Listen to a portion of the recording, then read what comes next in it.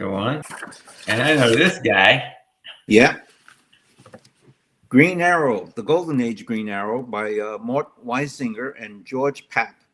And it first appeared in More Fun Comics number 73 in September 19th, 1941. Oliver Jonas Queen was a wealthy businessman and owner of Queen Industries and a celebrity in Star City. He used these facts to hide his persona as Green Arrow, and partially inspired by Robin Hood. He was considered the world's greatest archer, a competent swordsman, and a martial artist. He had a variety of trick arrows, and he was a group affiliated with the 7 Soldiers of Victory. He had his active sidekick named Speedy. He had his arrow car, his arrow plane, his arrow copter. He had a clown-like nemesis by the name of Bullseye. He didn't go abroad to hone his skills. He went on an American Indian reservation. And his hidden lair was called the Arrow Cave, and his summoning symbol was called the Arrow Signal. Now, so obviously, similar.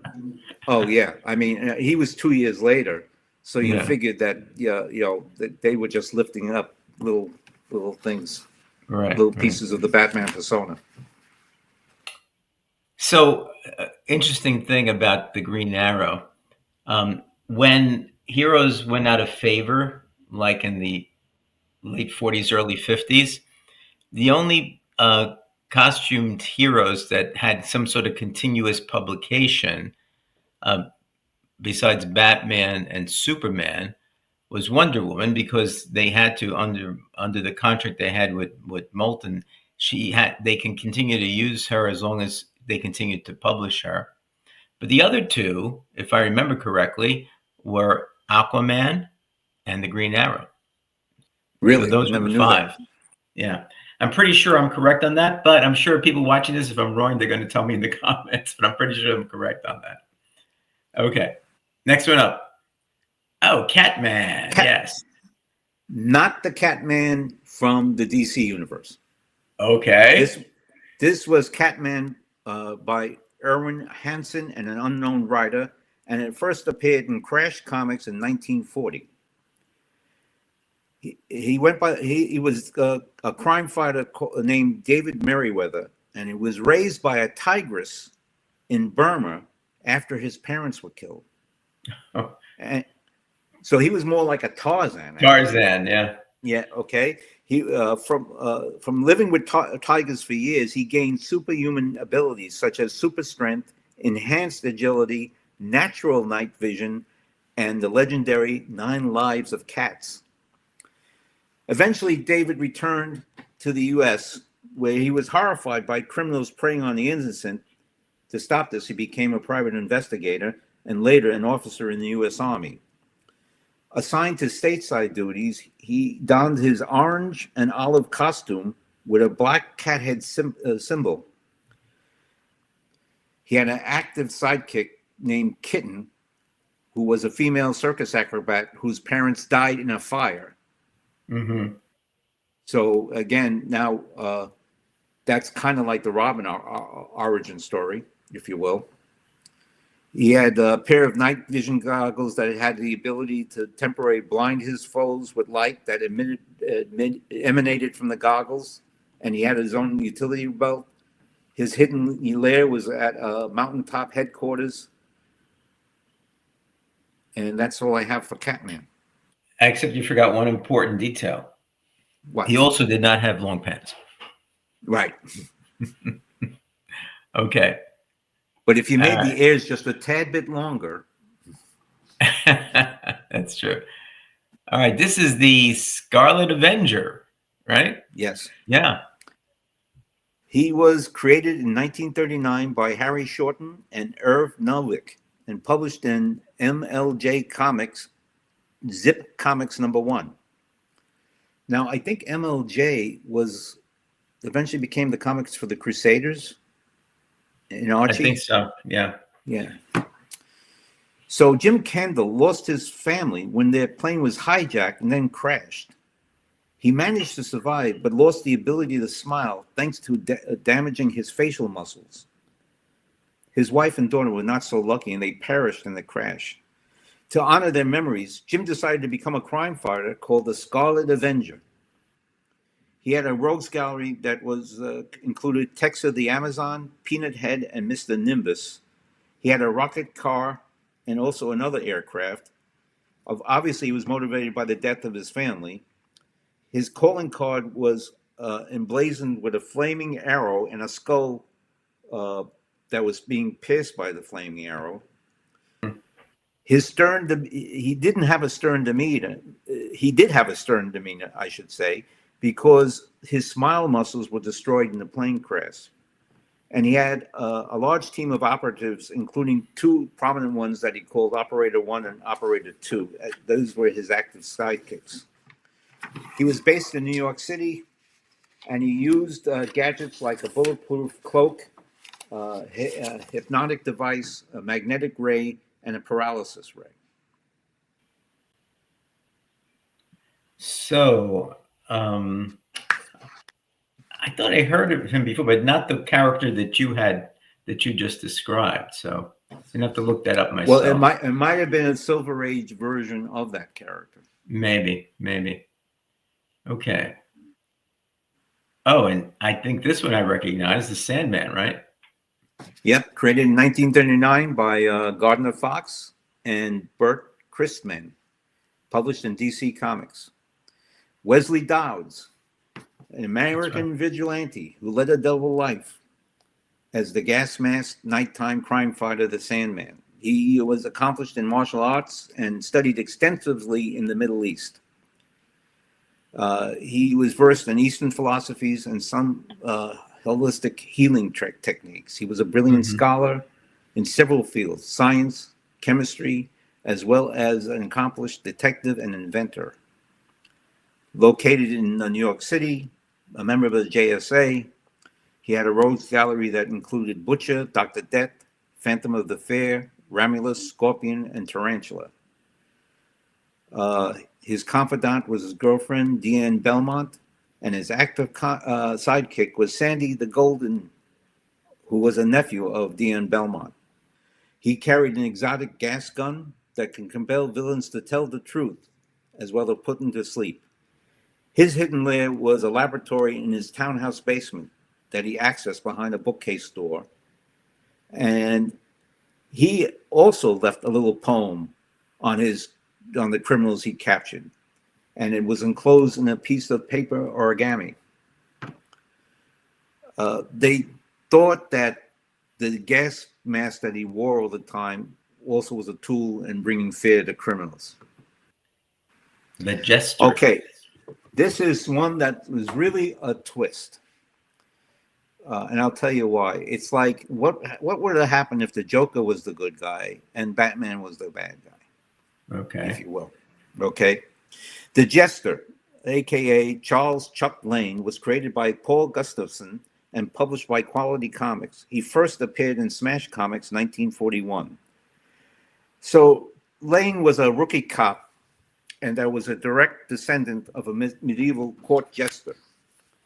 Because of this, and the fact he feels he was not doing good enough as a cop alone, he became the colorfully costumed adventurer known as the Jester. He was a comical crime fighter who made laughing stocks out of the criminals he fought. He's known to be an unpredictable hero whose airy laugh and jingling bells are an ominous sign to his enemies. Mm. He had a law enforcement adversary of two detectives, Mulligan and McGinty, and he had a small flying sphere with a smiling face and handles on the side that he called Quinopolis. That was his actual sidekick. So this little orb would follow him around. Mm. His Okay. gadgets were all clown-like accessories, and his greatest nemesis was this grim villain called Stoneface. So where Batman was a stone face and the Joker was the one who laughed, Right. this is the total reverse of that. So, all right. What's next?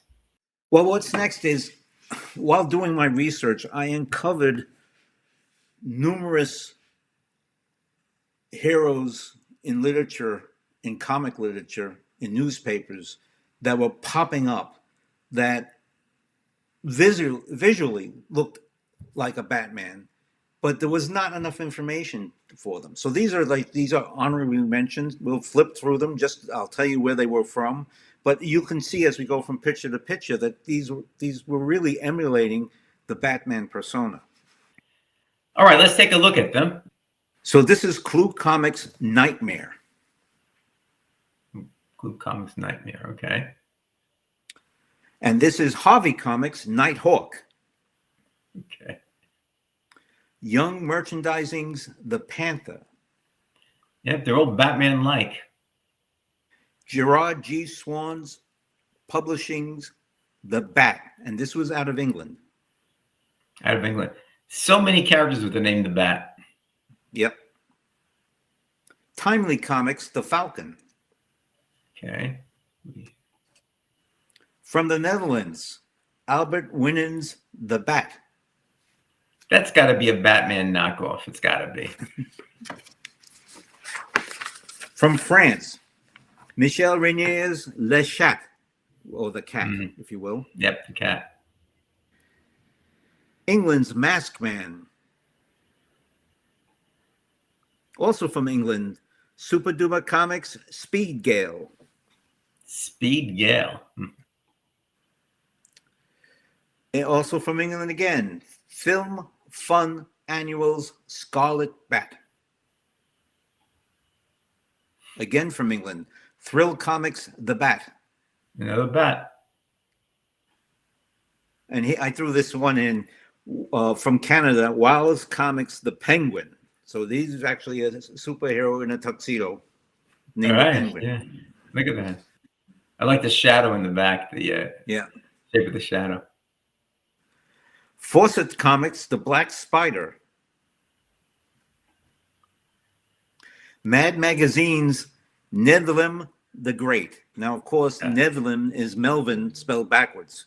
Yeah. And lastly, from Captain Marvel Adventures number 22, Clubman and the Bird. Now, club being another word for bat. Oh, yeah.